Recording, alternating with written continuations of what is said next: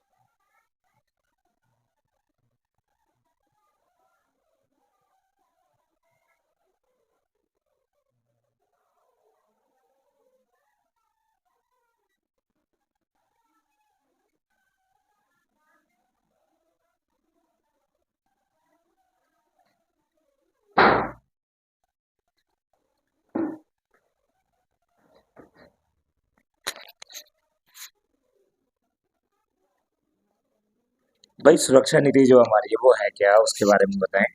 सुरक्षा नीति का मतलब क्या अभिप्राय में अगर आपको बताऊं, सिक्योरिटी पॉलिसी किसे कहते हैं।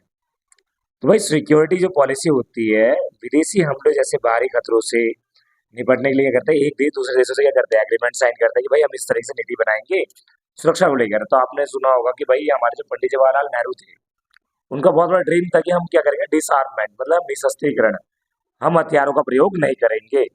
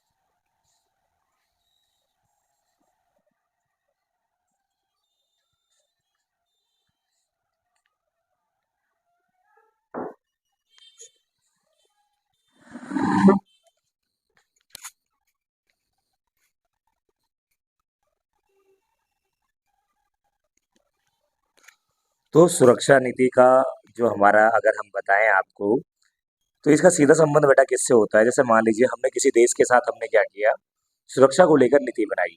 और नीति बनाने का मतलब ही यही हो गया कि भाई कि हमने उसके साथ एक एग्रीमेंट साइन कर लिया ताकि हम किसी भी, तो जैसे किस चीज़ों पे युद्धों को रोकने के लिए हो गया, रक्षा और शांति को संतुलन बनाए रखने के लिए हम क्या करते हैं, सुरक्षा नीति बनाते हैं। तो ये है हमारी सुरक्षा नीति, सिक्योरिटी पॉलिसी है। अगला क्वेश्चन जो बेटा, जैसे मान लो 1971 में भारत में सोवियत संधि के साथ हुआ था, इसी को हम बोला सुरक्षा नीति। अब आइए नेक्स्ट हमारा, तीसरी दुनिया का देश किन्हें कहा जाता है? भाई तीसरी दुनिया का देश, थर्ड थर्ड वर्ल्ड कंट्रीज किन्हें कहा जाता है? जो विकासशील और अविकसित देश हैं उन्हें कहा जाता है। मतलब कि अंडर डेवलपिंग कंट्री, जो भी डेवलप नहीं हुई है, जैसे कि हमारा भारत क्या है, वो भी क्या है, तीसरी दुनिया का देश में आता है। और उन्हें बाहरी और आंतरिक खतरे दोनों होते हैं। जैसे कि आपने देखा होगा हमारे भारत के अंदर आए दिन जम्मू कश्मीर को लेकर कई खतरे होते रहते हैं। तो ऐसे ही ये क्या है, हमारे तीसरी दुनिया के देश है। अगर हम बात करें आपसे नया क्वेश्चन जो हमारा और क्या है, और क्या क्या आ सकता है, जो हमारा इंपॉर्टेंट क्वेश्चन है, भारत की सुरक्षा नीति के घटक क्या क्या है?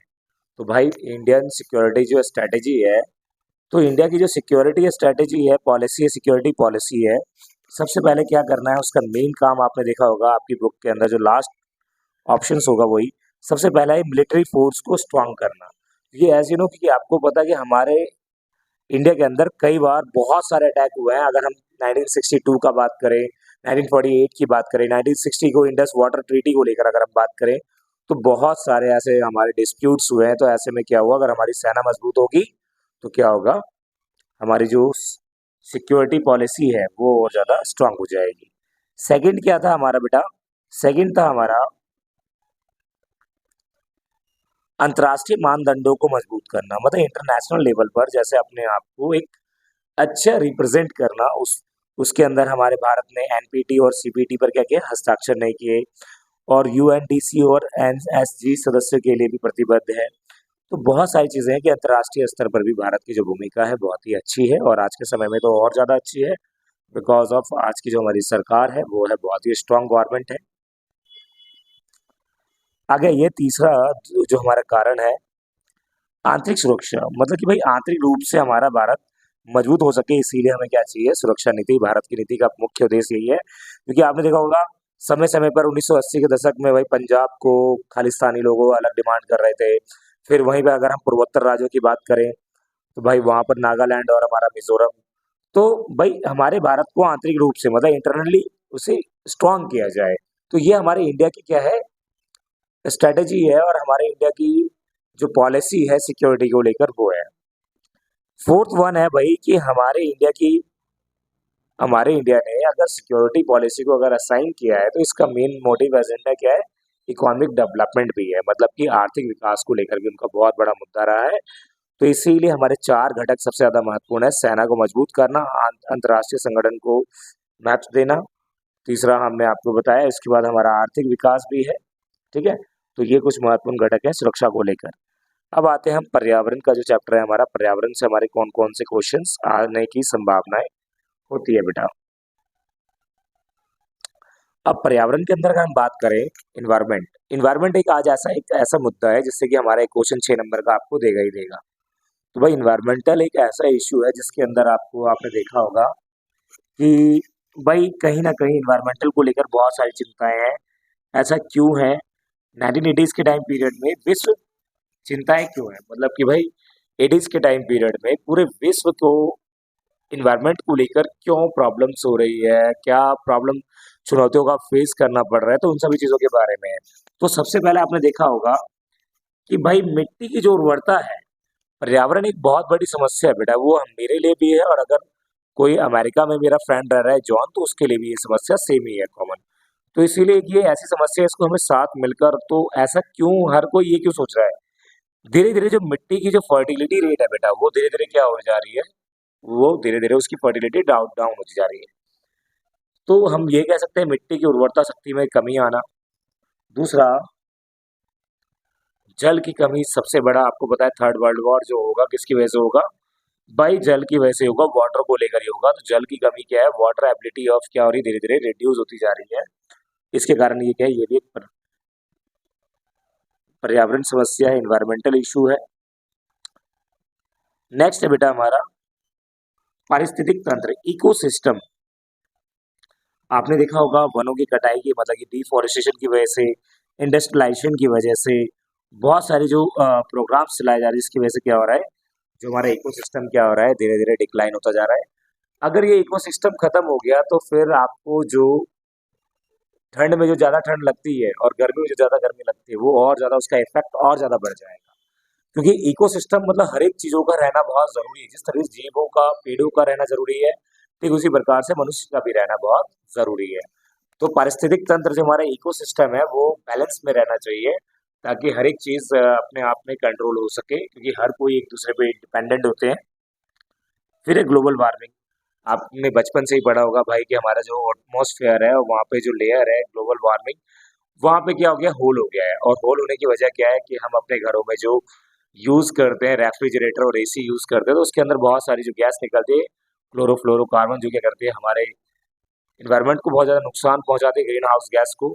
तो इस वजह से क्या हुआ कि भाई ग्लोबल वार्मिंग एक बहुत, तो ये कहीं ना कहीं पर्यावरण मुद्दा है। तटीय प्रदूषण। तटीय प्रदूषण मतलब कि आपने देखा होगा भाई, जितने भी जो फैक्ट्रियां हैं, फैक्ट्री से निकलने वाले जितने भी जो केमिकल है, वो सारे कहाँ डिस्चार्ज होते हैं, नदियों में। तो जिसकी वजह से बहुत सारी प्रॉब्लम क्रिएट होती है।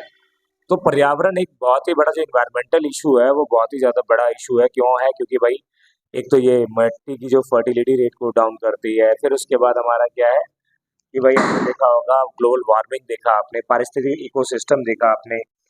तो कहीं ना कहीं तरीके से ये नुकसान है, और ये हमारे पूरे विश्व को नुकसान होगा अगर इससे अगर दिक्कत है हमें तो। नेक्स्ट हमारा बेटा ग्लोबल कॉमन से आप क्या समझते हैं। ग्लोबल कॉमन मतलब वर्ल्ड कॉमन क्या है, मतलब जो मेरे लिए भी वही है और जो आपके लिए भी है, सभी के लिए। तो भाई इसका मतलब है कि जहां पर हर एक किसी का राइट्स हो, मतलब कि भाई अगर स्पेस है तो स्पेस में खाली नासा का नहीं जाता, इसरो का भी जाता है, और भी जाते हैं स्पेस सैटेलाइट्स। तो ऐसा क्या है, जो हमारा एटमॉस्फेयर है, ओशन है हमारा, तो इन सभी जगहों पर क्या है, ये ग्लोबल कॉमन है। महासागर का जल हो गया बेटा, ओशियन वाटर हो गया, बाहरी आंतरिक सुरक्षा। अब ये क्या है, इसको बहुत सारी दिक्कतें हो रही है। तो जितने भी जो हमारा एटमॉस्फेयर है, एटमॉस्फेयर अभी हमने इन्वायरमेंट के अंदर आपको बताया, वो भाई अपने आप में बहुत बड़ा इशू है। तो ये क्या है, ग्लोबल कॉमन क्या है, अगर हमने इसे नुकसान पहुंचाया है तो we should also protect them. हमें ये क्या करना चाहिए, उसे प्रोटेक्ट भी करना चाहिए, हमारी जिम्मेदारी होनी चाहिए, क्योंकि हमने उसका यूज किया है, हमने उसे नुकसान पहुंचाया, तो हमारी जिम्मेदारी होनी चाहिए। चलिए आगे हमारा क्वेश्चन है,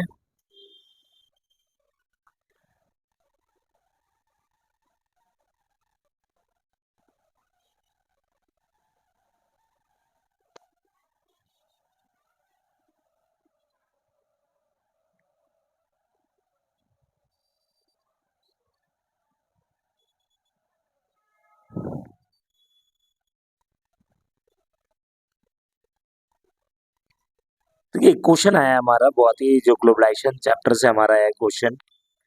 भाई वैश्वीकरण के, जो हमारे वैश्वीकरण के विकास में प्रौद्योगिकी किस प्रकार योगदान देती है। मतलब आपने देखा होगा वैश्वीकरण के अंदर जो टेक्नोलॉजी का क्या योगदान है, वो आपको बताना था। ऐसा आपको पता है कि भाई टेक्नोलॉजी का वैश्वीकरण के विकास में बहुत बड़ा योगदान है। सबसे पहले परिवहन आई भाई, परिवहन ने क्या कर दिया, हमारी जो दूरियां थी उसको कम कर दी भाई। अब आप इस इंस्टेंटली आप कुछ घंटों में ही पहुंच सकते हैं, और अभी नए नए आविष्कार हो रहे हैं, तो आप कुछ ही समय में। तो परिवहन एक भाई टेक्नोलॉजी क्या है, परिवहन के अंदर नई टेक्नोलॉजी आ गई, मोटर लगी, और भाई जिसकी वजह से क्या है, हम लाखों करोड़ों मीटर की जो दूरी है, किलोमीटर की दूरियां हैं, वो हम आसानी से कर सकते हैं, रेलवे जहाज। प्रौद्योगिक दूसरा अगर हम बात करें, नई नई टेक्नोलॉजी की वजह से आज हम यहाँ से ही कोई भी सूचना, अब हम अमेरिका चाहे कहीं और भी हम भेज सकते हैं। अभी आपने देखा होगा एलन मास्क जी जो है, जो उनके आपने सुना होगा टेस्ला कार के बारे में। हम तो अमेरिका गए नहीं, लेकिन टेक्नोलॉजी अच्छी हुई थी जब, जिसकी वजह से हमें अमेरिका की नॉलेज जो है, हमें सूचना है, जो इन्फॉर्मेशन है, वो हमें इजिली यहाँ पर मिल गई। तो इस तरीके से ये भी हमारा टेक्नोलॉजी का ही पार्ट है। टेलीविजन आ गया। अब आते हैं चौथा हमारा वैश्वीकरण। तो कहीं ना कहीं आपको ये याद रखना है, वैश्वीकरण से जो हमारा जो विकास के अंदर जो टेक्नोलॉजी का बहुत बड़ा रोल है, परिवहन के अंदर, टेक्नोलॉजी के अंदर, आप ये देख सकते हैं। फिर उसके बाद है हमारा, अगर हम बात करें नेक्स्ट क्वेश्चन, कि भाई भारत में वैश्वीकरण के प्रतिरोध के मुख्य कारण क्या है। भाई आखिर में वैश्वीकरण का प्रतिरोध क्यों किया गया। भाई वैश्वीकरण का जो प्रतिरोध मैं अगर आपको बताऊं, तो भाई भारत के अंदर दो लोगों ने किया था, एक तो वामपंथी और एक दक्षिणपंथी लोगों ने। दक्षिणपंथी लोग कौन होते हैं और दक्षिणपंथी और वामपंथी लोग कौन होते हैं, जिसमें हम राइट राइट आइडियोलॉजी वाले और लेफ्ट आइडियोलॉजी वाले बोलते हैं हम इंग्लिश में इन्हें। तो भाई इनका क्या मानना है कि भाई आखिर ये विरोध क्यों कर रहे हैं वैश्वीकरण का भारत में। तो आपको पता है कि भारत तो शुरू से ही हमारा एक विकासशील देश माना गया है, क्योंकि आपको पता है इसकी वजह भी है, क्योंकि हम काफ़ी लंबे समय से अंग्रेजों के अंडर में रहे हैं। भारत एक विकासशील देश और वैश्वीकरण का हिस्सा है, लेकिन अभी तक उससे उतना लाभ, वैश्वीकरण प्रक्रिया का लाभ नहीं हुआ है। वामपंथी क्या बोलते हैं, वारम जो वामपंथी लोग हैं उनका मानना है कि इसकी वजह से क्या हुआ, घरेलू उद्योग जो हमारे हैं, सबसे ज्यादा फायदा जो होता है, वामपंथियों का मानना है पूंजीपतियों को हो रहा है। किसको हो रहा है, पूंजीपति को। तो भाई हम लेफ्ट आइडियोलॉजी के जो लोग हैं वो बोल रहे हैं कैपिटलिस्ट को ज्यादा बढ़ावा मिला है वैश्वीकरण की वजह से। दूसरी अगर हम बात करें घरेलू उद्योग मतलब जो हमारे हैं, वैश्वीकरण के कारण वे कष्ट सहते हुए भी इसका विरोध करते हैं। मतलब कि जो घरेलू उद्योग है, छोटे छोटे मोटे उद्योग हैं, वो उनका जो है काम बिल्कुल ही क्या हो गया, ठप पड़ गया है। पश्चिमीकरण, भाई वैश्वीकरण के आने से क्या हो गया, हम ज्यादा डिपेंडेंट हो गए बाहर की चीजों पर। हमारी इंडियंस की जो चीजें हैं हम उसे भूल गए, पश्चिमीकरण उसे ही बोलते हैं। फिर उसके बाद है नेम और पेटेंट। आपने देखा होगा नेम और पेटेंट को लेकर हम ज्यादा, तो भाई वैश्वीकरण से हमारा जो है, अगर भारत का प्रतिरोध है तो बहुत ज़्यादा भारत के लोग आक्रोश इसीलिए हैं कि भाई भारत के अंदर जो छोटे मोटे जो विक्रेता हैं उनको बहुत ज़्यादा नुकसान हुआ है, जिसकी वजह से उन्हें काफ़ी समस्याओं का सामना करना पड़ा है। औद्योगिक के साथ साथ किसानों के हितों के लिए भी भाई बात की गई कि किसानों को सबसे ज़्यादा नुकसान हुआ, कि भाई बड़ी बड़ी मशीनों ने क्या कर दिया, किसानों के काम छीन लिए, मजदूरों काम छीन लिए, गरीब और ज़्यादा गरीब हो गए, अमीर और ज़्यादा अमीर हो गए। इसलिए वामपंथी बोलते हैं कि भाई ज़्यादातर पूंजीपतियों को ज़्यादा फायदा हुआ है। ठीक है, आगे हम बात करते हैं बेटा वैश्वीकरण के लोगों पर तीन सकारात्मक और तीन नकारात्मक। वेरी वेरी इंपॉर्टेंट क्वेश्चन है आज का भाई। तीन पॉजिटिव और तीन नेगेटिव जो इम्पैक्ट है वो बताना है आपको। सबसे पहले हम पॉजिटिव के बारे में बात कर लेते हैं। इसने उपभोक्ता को अधिक विकल्प प्रदान किए, मतलब ऑप्शंस। अब आप मार्केट जाओगे तो आपको कई ब्रांड के जूते मिलेंगे, कई ब्रांड की मिठाइयाँ मिलेंगी, अब कई ब्रांड के शर्ट मिलेंगे, कई ब्रांड के चप्पल मिलेंगे, कई ब्रांड के रजिस्टर मोबाइल मिलेंगे। भाई तो मोबाइल तो जो यूज कर रहे हो आप सभी, इसके परिणाम स्वरूप जीवन में उच्च स्तर हुआ। भाई हमारी जो लाइफ स्टाइल है वो भी काफ़ी अच्छी हो गई। सेवाओं, सूचना क्रांति वगैरह सारी चीज़ें हैं, और इसी की वजह से हमारे भारत के अंदर बड़ी बड़ी जो कंपनी है, टाटा मोटर्स, इन्फोसिस, बड़े बड़े जो है सामने आए और नई नौकरी के अवसर भी मिले। अगर नकारात्मक की बात करें, भाई सकारात्मक तो आपने जाने, सकारात्मक तो अपने आप में सकारात्मक है ही, लेकिन नकारात्मक क्या है, क्योंकि आपको पता है हर एक चीज़ों के दो पक्ष होते हैं बेटा। एक तो सकारात्मक पक्ष होता है भाई, एक और होता है नकारात्मक। तो भाई अभी तक तो हमने सकारात्मक जान ली, भाई नई नौकरियां मिली, नए नए इन्वेस्टमेंट हुआ और नए नए अवसर मिले लोगों को, कंपटीशन बढ़ गया, जरूरत से ज़्यादा सस्ती सामान मिलने लग गए। भाई नकारात्मक में क्या है, प्राकृतिक संसाधनों का दोहन, मतलब सबसे ज़्यादा इन्वायरमेंट, और इन्वायरमेंट से अभी हमने इशू भी पढ़ा था भाई, सबसे ज़्यादा डिफॉरेस्टेशन वगैरह हुआ, क्योंकि बड़ी बड़ी फैक्ट्री लगाई गई डिफॉरेस्टेशन की वजह से। भोजन, कपड़े, त्योहारों को आम संस्कृति जितने भी जो हमारे फूड है, हमारे जो, अगर हम क्लॉथ की बात करें, ये सारी जितनी भी है, हम किस पे डिपेंडेंट हो गए, पश्चिमीकरण, मतलब कि हमारा वेस्टर्न कल्चर पे हम ज़्यादा डिपेंडेंट हो गए।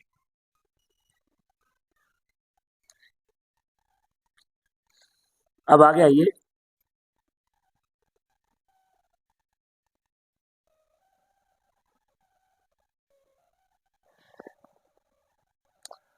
अगला क्वेश्चन है हमारा बेटा,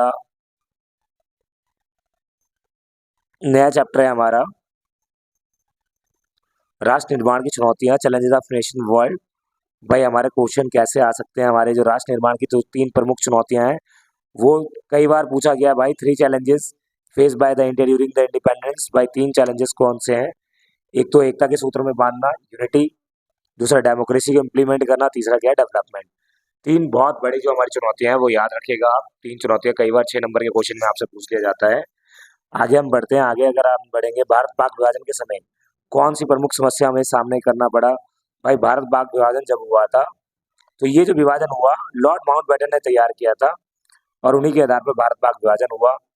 विभाजन की प्रक्रिया के अंदर सबसे पहली बात क्या हुई? ब्रिटिश भारत में मुस्लिम बहुलता वाला कोई क्षेत्र एक क्षेत्र नहीं था। मतलब कि बोला जाता है जो मुस्लिम का जो क्षेत्र है भारत के अंदर, ऐसा नहीं कह सकते भाई there is a no single belt, मतलब हर एक जगह पे मुस्लिम थे। तो भारत को धर्म के नाम पर बंटवारा हुआ, लेकिन मुसलमानों का एक भी क्षेत्र नहीं था, इसीलिए धर्म के नाम पर सीमाएं खींचना बहुत मुश्किल हुआ। तो भाई मतलब सीमा खींचना बहुत मुश्किल हर जगह पर। जैसे अगर आप बात करें, हम हैदराबाद में भी रहते हैं, पंजाब में भी रहते हैं, तो ऐसा नहीं है, देखो हमारे हिंदू भी वहाँ रहते हैं, ऐसी बात नहीं है, सब जगह रहते हैं। तो ये प्रॉब्लम हुई कुछ। इसके अलावा सभी मुस्लिम बहुल क्षेत्र पाकिस्तान में नहीं मिलना चाह रहे थे। भाई ये भी एक सबसे बड़ी समस्या, जो मुस्लिम लोग हैं वो नहीं मिलना चाह रहे थे। सबसे बड़ी समस्या तो यही होगी। अल्पसंख्यकों की समस्या, जो कि अल्पसंख्यक लोग वो जो कि गया वहीं पे कैंप बना के रह रहे हैं। तो पंजाब में, बंगाल में कुछ लोग मुस्लिम ऐसे हैं जो कि अल्पसंख्यक मुस्लिम है, और इसी कारण से क्या हो रहा है भाई, दंगे और फसाद बढ़ते जा रहे हैं। तो भाई इसी कारण से ये जो हमारी चार प्रमुख समस्या हैं। तो जब भारत पाक विभाजन हुआ उसके परिणाम, भाई रिजल्ट, कंसिक्वेंसेज, ये याद रखना। भारत पाक भाई विभाजन तो हो गया, किसमें? बहुसंख्यक के आधार पर, ठीक है। और भाई कई जगह पर हमने देखा कि भाई सिंगल बेल्ट नहीं है, तो कई जगह अल्पसंख्यक में भी है, और कई लोग क्या है जो कि शामिल ही नहीं होना चाहते पाकिस्तान में।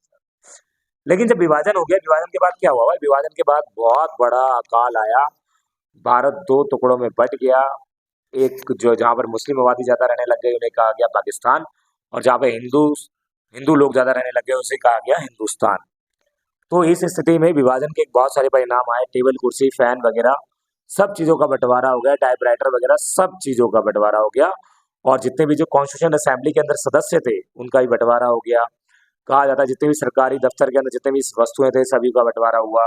भगदड़ के कारण काफी लोग मारे गए, काफी लोग मतलब मुस्लिम लोगों ने हिंदुओं के क्षेत्र में जाना छोड़ दिया, हिंदू लोगों ने मुस्लिमों के क्षेत्र में जाना छोड़ दिया, काफी ज्यादा ये हमारे परिणाम में आएंगे हमारे। और दंगा फसाद ज्यादा हुआ, शरणार्थी की तरह लोग वहाँ रहने पड़े। तो ये था हमारा प्रमुख क्वेश्चन, तो आप कर लेंगे या आए हो। अगला एक और इम्पोर्टेंट क्वेश्चन आप देखेंगे, रियासतों को एकीकरण में, मतलब वही आ गया यूनाइट यूनिफिकेशन में, स्टेट को, हमारे इंडिया को यूनाइट करने में सरदार वल्लभ भाई पटेल की क्या भूमिका रही? एज यू नो, कई बार आपको क्लास में बताया भाई, सरदार वल्लभ भाई पटेल हमारे फर्स्ट होम मिनिस्टर भी रहे हैं, फर्स्ट डिप्टी प्राइम मिनिस्टर भी रहे हैं, और उन्हें स्टैच्यू ऑफ यूनिटी के नाम से भी जाना जाता है। क्यों? अगर वो नहीं होते तो आज हमारा भारत 565 टुकड़ों में बट जाता। इसी वजह से उन्होंने, हमारे जो प्रमुख जिन्होंने मना किया था, मणिपुर, सिक्किम, जूनागढ़, हैदराबाद, जम्मू एंड कश्मीर, इन सभी जगहों के राजाओं के साथ मिले और उनके साथ विलय पत्र पर हस्ताक्षर करवाए, और उन्होंने भारत को एकजुट करने में मदद की। इसीलिए कहा जाता है इन्हें स्टैच्यू ऑफ यूनिटी। भाई सरदार वल्लभ भाई पटेल नहीं होते तो हम और आप यहाँ भी बैठे नहीं रहते भाई। समझ में आ गया भाई सरदार वल्लभ भाई पटेल जी का? चलिए भाई आगे आते हैं भाई। राज्य पुनर्गठन क्या है? राज्य पुनर्गठन एक ऐसा आयोग है जो कि नए राज्यों को बनाती है, राज्यों की सीमाओं को निर्धारण करती है। भाई इसकी जो मांग है, अलग अलग राज्य ने केंद्र सरकार को एक अलग अलग राज्य मांगते हुए राज्य पुनर्गठन आया।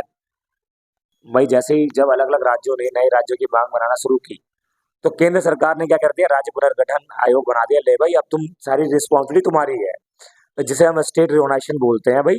तो 1953 में बनाई गई, और 1956 में उन्होंने एक लिस्ट इंट्रोड्यूस की, और उस लिस्ट के अंदर उन्होंने बोला भाई देयर वर 14 स्टेट और 6 यूनियन टेरेटरीज ही होगी।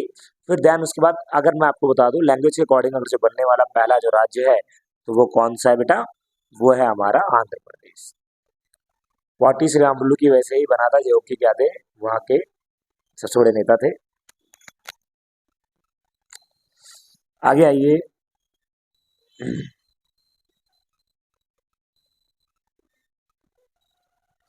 तो ये कुछ इंपॉर्टेंट क्वेश्चन है, और अब मैं आपको बताता हूँ कि हमारा जो मैप है वो किस तरीके का आएगा।